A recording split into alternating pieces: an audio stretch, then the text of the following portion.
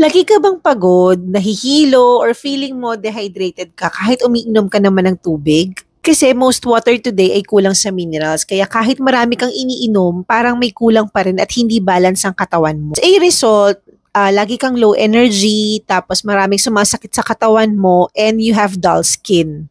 Kaya natutunan kong gumamit ng Celtic sea salt. Natural sea salt loaded with 82 minerals just like potassium, magnesium, and calcium. This help improves our digestion and also supports hydration. It boosts energy as well. Tapos perfect din to pang detox bath and cleansing. Ganito yung itsura niya sa loob.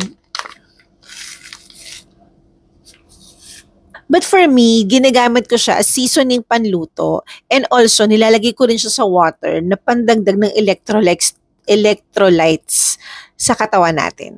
Kaya kung gusto mo na ng healthy body, try mo tong Celtic sea salt habang naka-flash sale.